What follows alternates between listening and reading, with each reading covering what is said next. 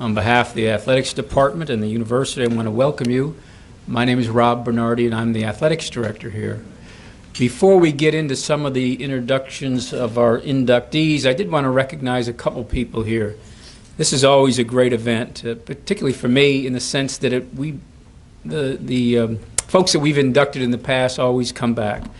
You know, so much of our history is really in this room. As an athletics department with an athletic history of about 65 years, and if you look at this class, it spans nearly that entire 65 years. So when we talk about Nichols Athletics and it's the tradition and the history to have people like Jack Cavan and folks here who were really here, some of our first basketball teams till present day, it really means a lot to me, and it speaks for our athletics program, and it certainly speaks for our fine institution.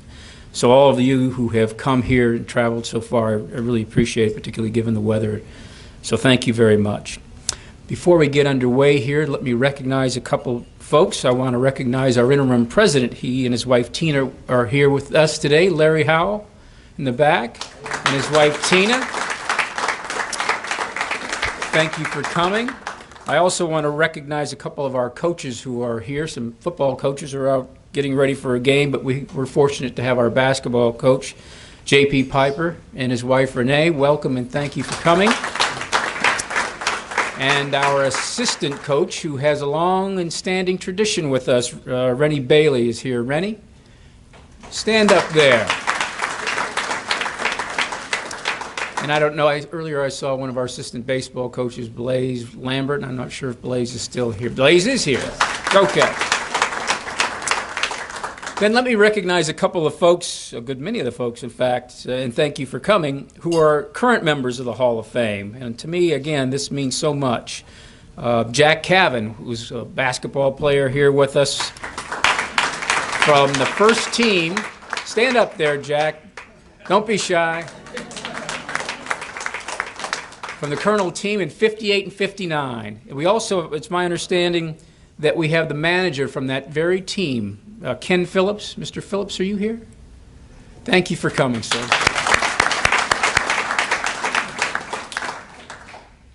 Jack Barton was also a little afterwards, 61 team. And it's my understanding that Jack Cavan gave everyone nicknames, and they still stand, and so I should introduce you as Jack Rabbit Barton.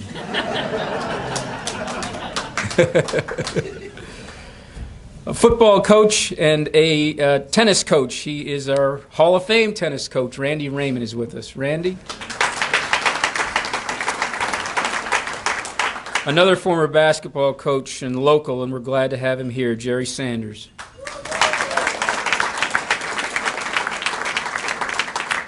One of our football players, the great players for one of Sonny Jackson's team, Dwight Hairston's in the back there. Dwight, I think you can still, or Dwayne, we can probably use you at some point during the season. So you may want to linger around, you know. Those four-year scholarships are, you know, they come and they go. So we may just sign you up again. Our former women's basketball coach, who was inducted last year, is Ben Abity, and Ben's with us here today. Kelly Pugh, I saw him in the crowd. Kelly, nice to have you. Thanks for coming. It's always a great pleasure for me to introduce one of my predecessors and former basketball coach and former athletics director, Don Landry. Coach Landry? Speaking of basketball, Coach, we're pleased to have our own Ricky Broussard here with us. Ricky? Coaches seem to be the order of the day because we've got our former football coach, Bill Clements. Coach Clements, thank you for coming. Also, our soccer coach, Lester Beam, is with us this afternoon. Lester, thank you for coming.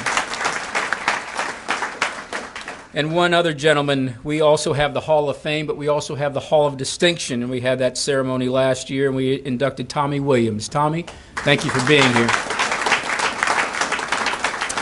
Outside, you have a program there, but we also have the game day program, and I'm looking at some of these faces, and some of you have aged, but nevertheless, you had a great career with us. and we're delighted to have you here.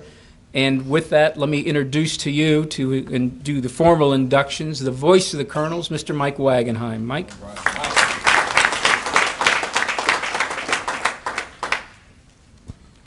Thank you very much. As my time has grown here, this is now year number 4 for me, and I've grown, really have a fonder appreciation of the history and the tradition of Colonel Athletics here than I had when I first walked in the door. This quickly has become one of my favorite days of the year, and it's great to see the folks who have consistently returned each and every season and all the new faces each year as well.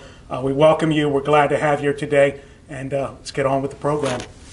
Rashonda Taylor becomes our 89th member of the Nichols Athletics Hall of Fame and our 5th softball player. The Columbia, South Carolina native arrived as a transfer from Spartanburg Methodist College in the fall of 1994, and she had an immediate impact. In 1995, Taylor hit .359 with 22 stolen bases and 74 hits. Her 6 game-winning hits included the game-winning RBI single to drive in the winning run in the Southland Conference Championship game against Northeast Louisiana. For her efforts, Taylor was named the Southland Conference Newcomer of the Year and First Team All-South Region. The Colonels that season captured their 3rd Southland Conference Championship, finishing 28-2 in league play and 56-9 overall. Not bad for her first year. In 1996, Taylor's dominating play as a Colonel continued along. That included a 14-game hitting streak. Taylor helped lead the Colonels to their 4th Southland Conference Championship as the team finished 19-5 in SLC play and 46-19 overall. They took 2 games that year in the NCAA regionals before losing to Nebraska in the semifinals. For her efforts that season, Taylor was named First Team All-Southland Conference Player of the Year, and the league's Hitter of the Year, while earning the Southland Batting Championship. In her 2 seasons at Nichols, this is impressive, Taylor racked up a .401 batting average with 161 hits, 56 RBIs, and 42 stolen bases. During her time, Taylor and her fellow Colonels finished 47-7 in Southland play and 102-28 overall. This past spring, in recognition of the 50th anniversary of the Southland Conference, Taylor was named to the Southland Conference's all-time roster. Her career achievements include First Team All-Southland twice, 96 Player of the Year, 96 Hitter of the Year, 95 Newcomer of the Year, 96 Batting Average Champion, 96 RBI Champion, 96 Runs Scored Leader, 95 and 96 Hits Leader, 95 Triples Leader, 96 All-Tournament, member of the 95 and 96 regular season and conference tournament champions, and the Southland career batting average record holder of .401. Taylor's time at Nichols was very special, and that's why we honor her today. Unfortunately, due to some family circumstances that have arisen, Rashonda is unable to make it with us today, but please applaud Rashonda Taylor.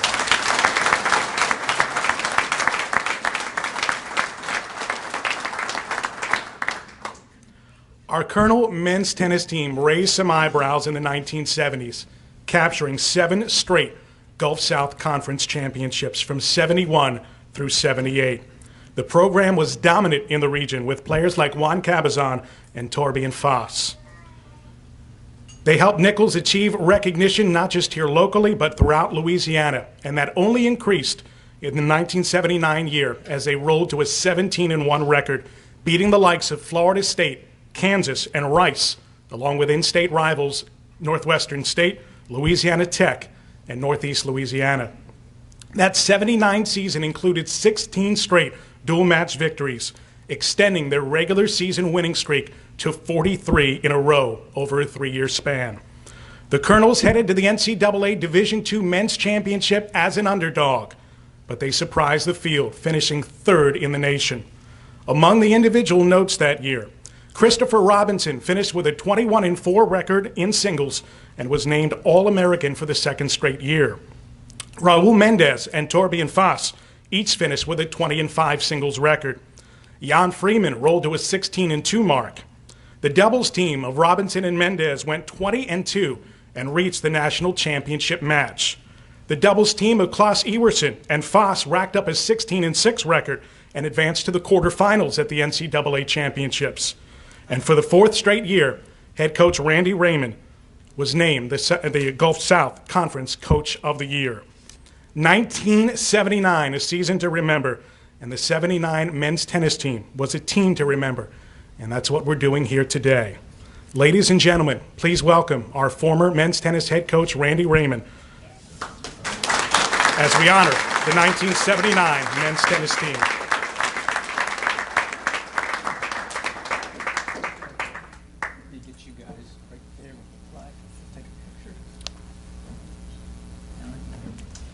Jan Freeman, also here with us today.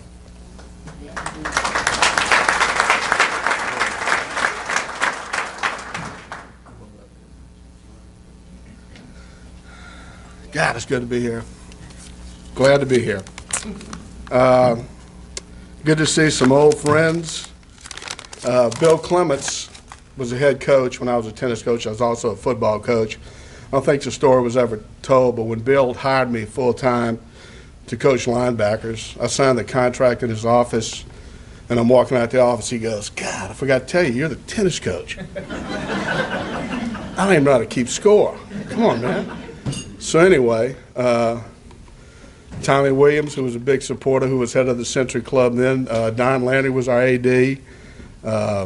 Jerry Sanders, who was my neighbor and fellow coach and also head of the steering committee. It's an old joke. So I want to congratulate all the inductees, especially Rogers Washington, because he was here when I was here. And I think Coach Landers will agree, that guy could run the floor, man. Congratulations, Roger. But before I talk about the team, I need to mention one thing. My wife is here, and at that time we had two small sons, and it seems like the only time I ever saw them was at the tennis court because we spent so much time there. And my wife did such a great job of washing uniforms and sewing warm-ups. But what I'm most proud of her is she's taught the Swedes, correct me if I'm wrong, Jan, the Brits and the Spaniards to eat gumbo. So thank you for saying that was awesome. You were awesome. A quick note about when I inherited this team in '75, Mickey McCann was the head coach before me. He was just awesome. He took the program, went to a level, and we were able to build off that. So we didn't just come in here from scratch. We had something to build on, and Mickey was a big part of that. Now, to the '79 team, let me just retract a little bit. We were really good in '78. Need to look at that team, too. We were undefeated, but we came out sixth in the NCAAs. We were good. We couldn't quite get there. So we come into the '79 season, we lose two All-Americans, Harvey Becker from England and Alton Borges from Brazil, and we go, God, how do you replace two All-Americans? You go recruit two more. Pretty simple. This is not magic. So we were able to get in a guy by the name of Klaus Ewerson, a 6'5" Swede, and he was so good that our number one from the previous year moved to number 2. And to show you the kind of depth we have, Jan, who would be an All-American in '79 and '80, we had so much depth on the '78 team, this is unheard of in college tennis, we redshirted Jan. He took a red shirt after playing his freshman and sophomore year. So we knew this '79 team was going to be special. We were ready to do some big things, and we did some big things. And I think the biggest thing that we accomplished that year before the NCAAs was going to Rice. And Rice was a national power and just kicked the wine out of those guys. I mean, it was just so much fun to go in there, and you knew you had them when you started to warm up and the coach goes, what league are y'all in? Then we knew. Game, set, and match. So we go through the season, great year. Our number one guy, Klaus Ewerson, has just a phenomenal year. He beats a guy by the name of Ricardo Acuna twice. In 3 years, Acuna will go to the quarters at Wimbledon. So this is the level of competition we were fooling with. This was legit big-time tennis. We lost one match that year, and we go into the NCAAs, and we have a shot. We got a real shot, and we run into a little bit of bad luck the first day, and we ended up coming in third, which I think, Coach Landry, you could correct me on this, that probably was the highest nationally ranked finish in the NCAAs of a sport. And at least that's how I remember it at that time. Raul Mendez from Spain had a great year. He was just a sophomore. He would team up with Martin Robinson, and they'd make it to the doubles final. Mendez was just such a competitor, such a good leader. And his personal highlight was we had a practice match one day within the team, and he and Klaus Everson, our big Swede, getting a dang fight. And I didn't have a whole lot of rules, but the one rule I had is, and tennis is a very volatile sport sometimes, but if you cursed, you can only curse in your native language. So we had a Swede and a Spanish guy, and you'd have thought we were at the UN. And then, you know, that probably was the only bad part of 1979. So this guy here, I just can't say enough about this guy. To come in here from Sweden and play your freshman and sophomore year and take a red shirt, but he took it because he knew he was going to graduate on time. It had nothing to do with academics. He was of what we had to look for in 79 and 80. He just knew that. I would have done that when I was in college, but he was just an unselfish, tremendous athlete. I'll never forget that about you, and I appreciate that. Torbjörn Fast was a junior that year. He was his third year as captain. While I was at football during the fall, these guys ran the whole thing. They never slacked. They did everything you asked for them. And we finished up third.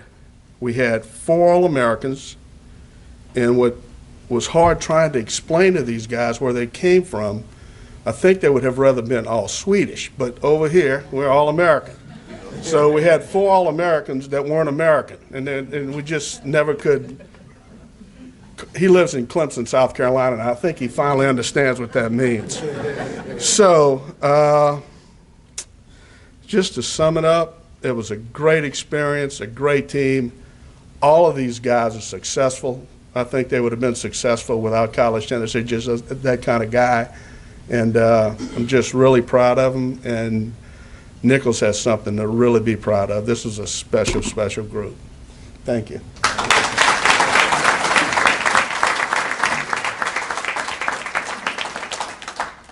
Just a little bit about Coach Raymond's recruiting techniques. When I got a letter from him in Sweden, it said Nichols State was a great education, had warm weather, and they were close to the beach.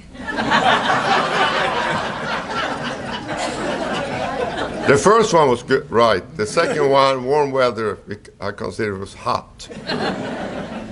And the beach, there was a pile of fish out there.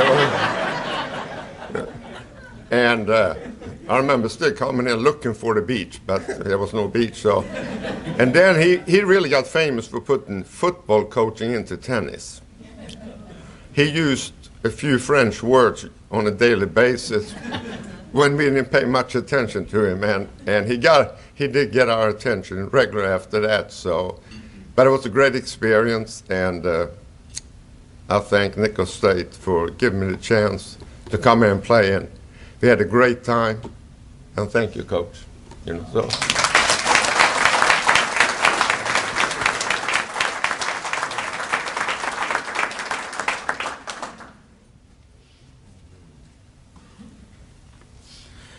Greg Greeley is number 91 on our list of Nichols Athletics Hall of Famers, and he joins Gary Barbaro and Chris Thompson as only our 3rd defensive back from our football program. The Bogalusa, Louisiana native came to Nichols as a walk-on, just hoping for a chance, and it didn't take him long to impress our former coach Sonny Jackson and his staff as they realized that Greg was going to be a great talent. Coach Jackson soon granted Greeley a scholarship, and it proved to be a very wise investment and a boost to to Colonel football and the defense particularly. Greeley intercepted more passes in his first 3 years than any player in Nichols history, nabbing 17 by the end of his junior year. Opposing quarterbacks were taking a pretty big risk throwing the ball anywhere near him.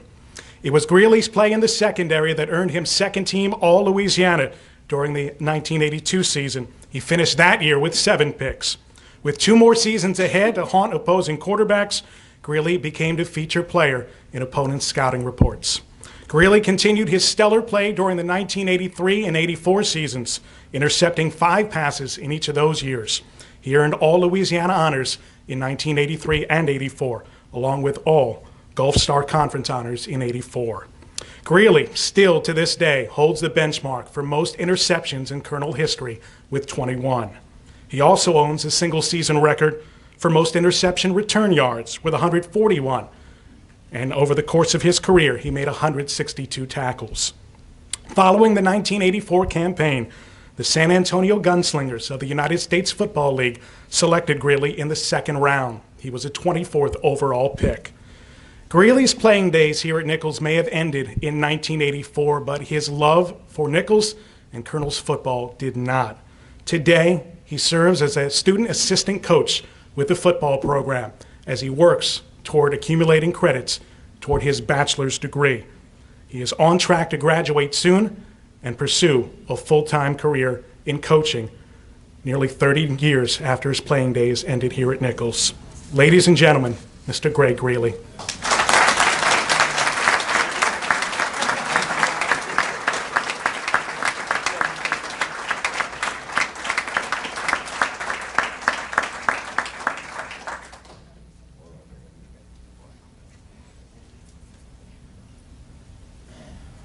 You don't need to ask him to smile.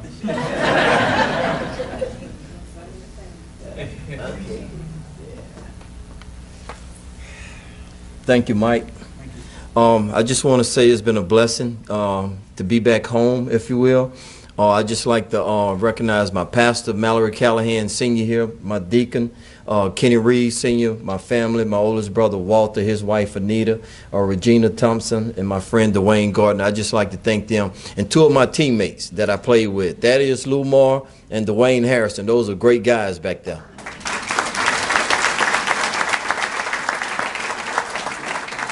And to all of you, I wish y'all could make it out tonight. Coach Landry, I'd like to thank Coach Landry back there, my athletic director. If you guys can make it out tonight, we have a big game tonight against Langston University. We need all the support we can get.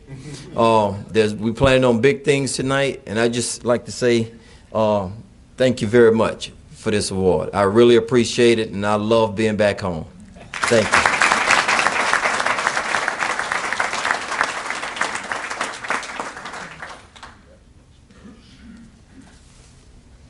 Our 92nd inductee into the Nichols Athletics Hall of Fame is Morris Osborne. With just 1 year to prepare, Morris had the task of building the Nichols men's basketball program literally from the ground up. Budgets, housing, scheduling, and most importantly, players all had to be ready for the inaugural season in the fall of 1958. Coach Osborne recruited student athletes from all over the country, New Jersey, Missouri, Indiana, and Mississippi, just to name a few. And he was a great salesman. I don't know if he promised any beachfront locations around here, but his players believed in him. And soon enough, they were here in Thibodaux playing for him.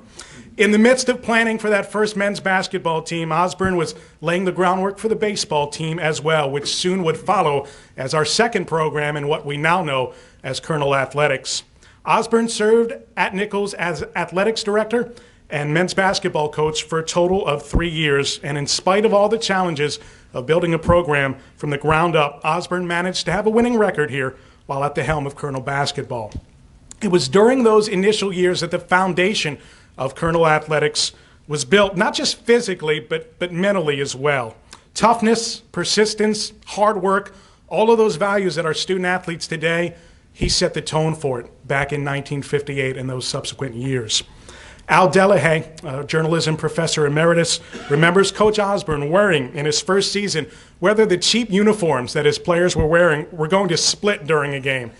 And cheap uniforms or not, Osborne compiled a 35-27 record in his 2 seasons. Seeing the need for financial support here at Nichols, Osborne helped organize our first booster organization, what would grow to be a 300-member Colonel Club, to promote and help finance Nichols athletics. Osborne left Nichols in 1960 to begin graduate studies in Mississippi, and he later taught at LSUNO, but his contribution to Nichols has lasted a lifetime. Speaking on behalf of Morris Osborne today is Nichols Athletics Hall of Famer, Dr. Jack Cavan.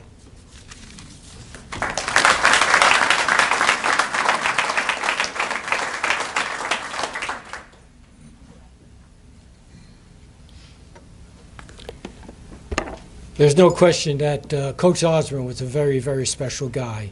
And today we have with us, I asked him to come up here, his wife, Marlene Osborne, who was his assistant coach, and his son, Kane Osborne.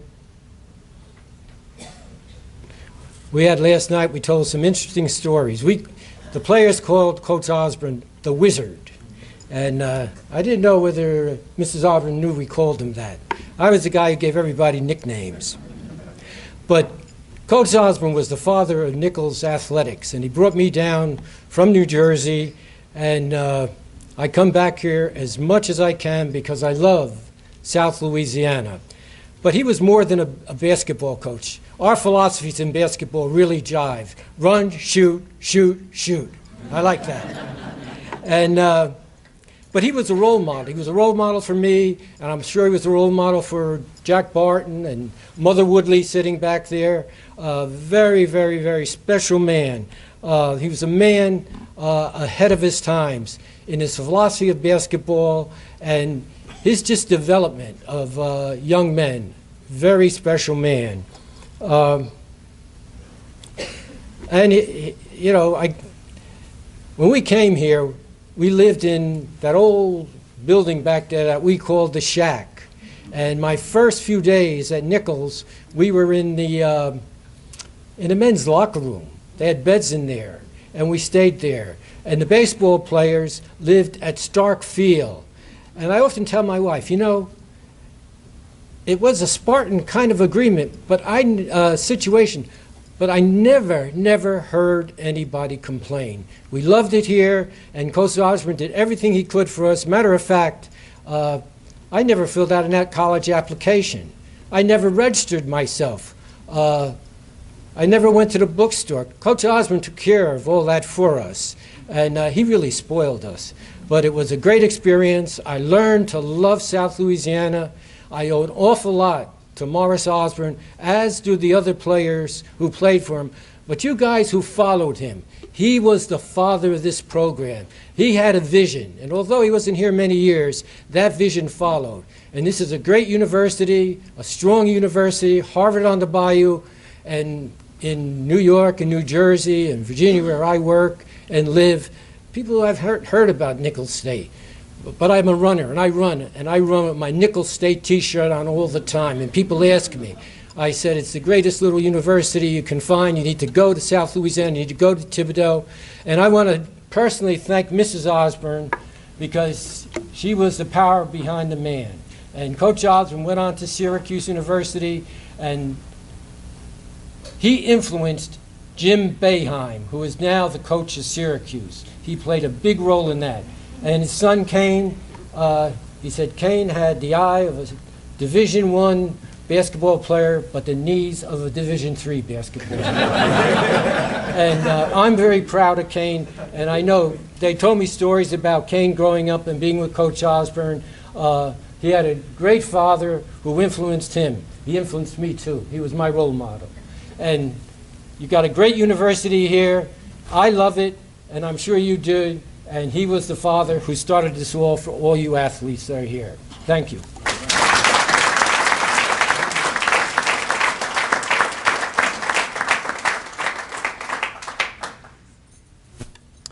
Mr. Rogers Washington becomes our 93rd inductee into the Nichols Athletics Hall of Fame and 16th member from our basketball program. Washington, a graduate of Franklin High School, attended a junior college during his freshman and sophomore years, but he transferred to Nichols for the 1977-78 season. He was one of many stars to play on those great teams. In 78-79, he was a member of our Gulf South Conference and NCAA Regional Championship squad, and that team posted a 21-7 record before falling to the eventual national champions from North Alabama.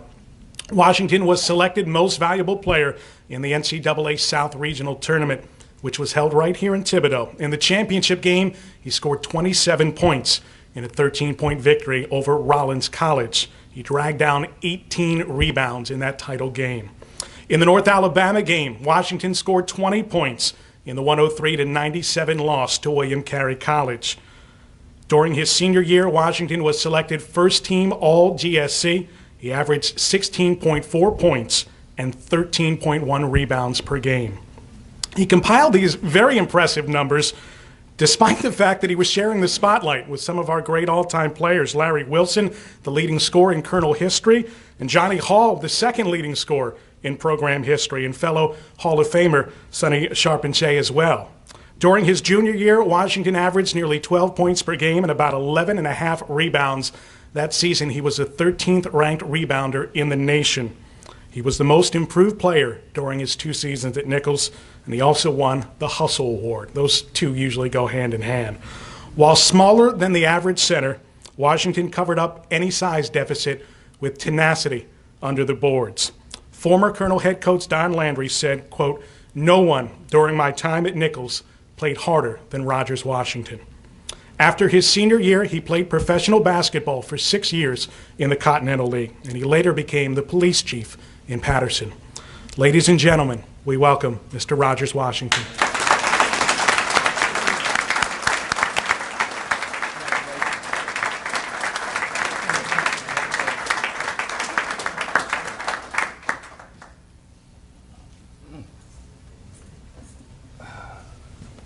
Good evening. You know, my mom always told me that hard work, put God first, and a good attitude to carry you a long ways.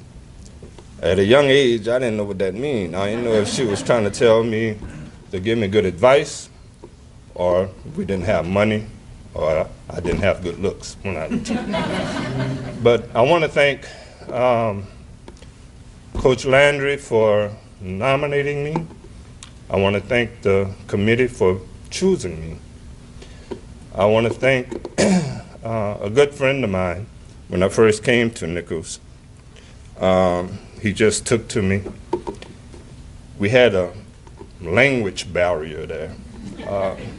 I couldn't understand most of the things he said, but Lester Beam, I want to thank you.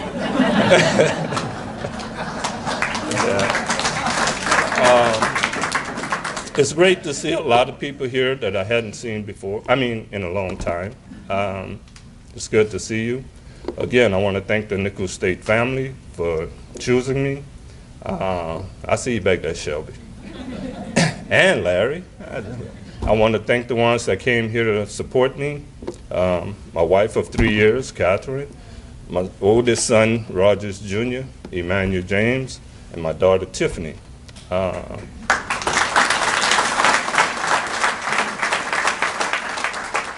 And again, I thank you from the bottom of my heart.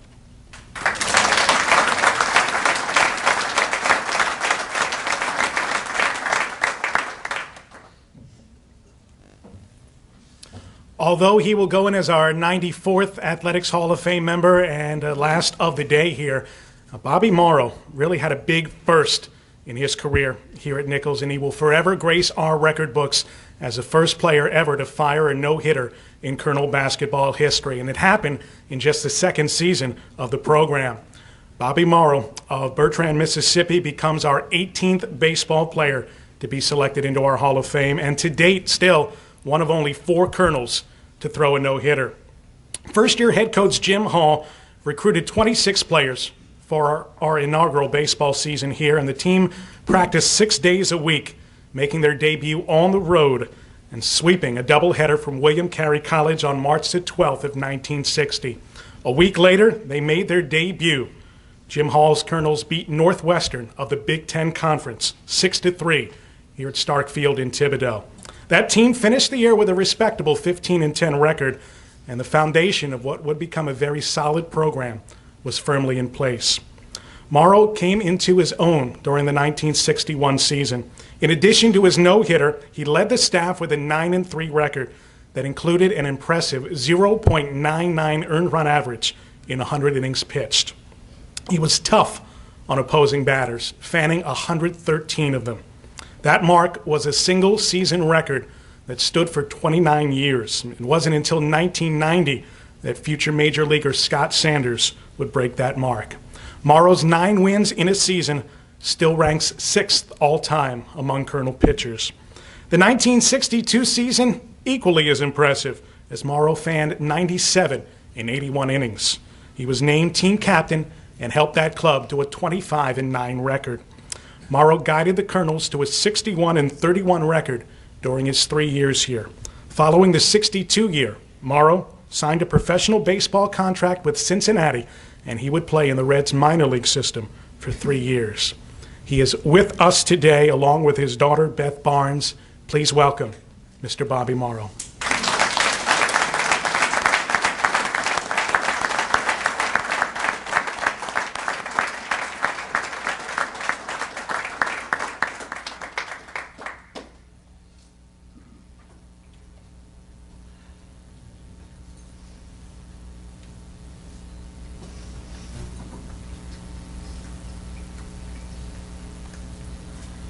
This is going to be a little different than talking to 8-year-olds all day, so I'll do my best. And I'm just going to read this as he wrote it. But first I have to correct, it's Bertrand, Missouri, not Mississippi. So no, I'm a teacher, I'm supposed to. Thank you, Nichols Athletic Department Selection Committee, and anyone else that had any part in making my selection a reality. I also want to congratulate the other inductees for their accomplishments. I want to thank my family and friends for their support in being here today. It is an honor being part of history at Nichols. I only dreamed about being in the Hall of Fame. Now that dream is a reality. It took over 50 years to come true and has been well worth the wait. I thank Nichols for the privilege of being part of the first baseball team in 1960 and providing me with an education. I must have loved being a part of Nichols because I came back 2 more years. I can thank Nichols for the opportunity in meeting my wife, Anna Lee. We have been married for 51 plus years.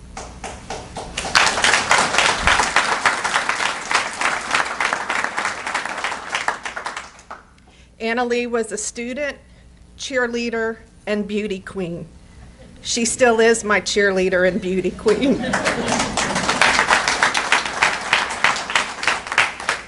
Now I will tell you how I became a part of the first baseball team in 1960. One day I received a call from my mom. She said, "Some coach from Louisiana wants to talk to you." He introduced himself as Coach Hall of Nichols State. He said they were starting a baseball team for the first time, and I had been recommended by a scout with the St. Louis Cardinals. He told me if I came to Nichols and had a good year, I would have a scholarship my second year. He said to talk it over with my parents and let him know of my decision. I did talk with my parents and called Coach Hall back and told him we could not afford to pay my own way. He called me back a few minutes later and said they would give me a scholarship for the first year. That is my recruiting story on how I got from Missouri to Nichols. Coach Hall told me when I arrived at Nichols to come to the gym because a high school basketball tournament would be going on. That is when I met all the other recruits, and Coach asked Sonny Jackson to take me to where we would be living. It turned out that our living quarters was the dressing room at Stark Field. 7 of us lived there. We had very little furniture, but we did have Army surplus bunk beds. This was not a good setup for studying. Our first year, 1960, we won 15 games. We traveled in Nickel State station wagons and Sonny Jackson's convertible. I had a good year and was asked to come back for the second year. My best year at Nichols was in 1961. I believe we won 25 games. That year we lived across the street from Starkfield at Boudreaux's boarding house. A few months later, we moved on campus into war surplus trailers like the one seen on Gomer Pyle TV series. During that same year, some of us moved to Peltier Apartments, which was quite an upgrade for us. That was when Jerry Sanders and I became roommates and have remained friends for over 50 years. You know, as I try to remember some of the games, it is difficult. It just doesn't come back. However, there are a few things that I do remember. Number one, playing LSU in Baton Rouge, where Sonny Jackson talked me into trying to chew beech nut chewing tobacco. What he failed to tell me was not to swallow the juice.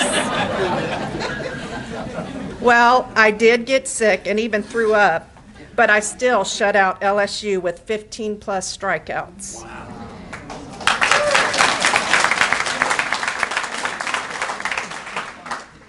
We played them at home another time, and I shut them out again with 15 or 16 strikeouts. Number two, on April 9th, 1962, we were in a televised game with Loyola in New Orleans. I got beat rather soundly. The reason I remember the date so well is we were married the day before on April 8th. Is that why you had a bad game? Number three, we traveled to University of Florida. It was the coldest weather I had ever pitched in my life. We beat them the first game. They put us up at the football stadium, and during the night, they turned off the heat and we almost froze. We beat them the second game. Also, coincidentally, my roommate at spring training with Cincinnati was the pitcher I beat in the first game at the University of Florida. Again, thank you all for coming. I am dedicating this night to my brother-in-law, Abel Chauvin, who passed away last month.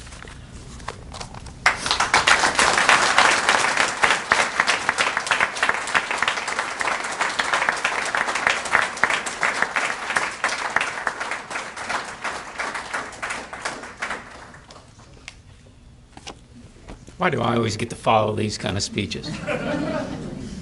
Doesn't surprise me, Bobby, about some of the comments about Sonny Jackson. We all know Coach Jackson and some of his charades. So the fact that he was teaching you to swallow beech nut comes as no surprise.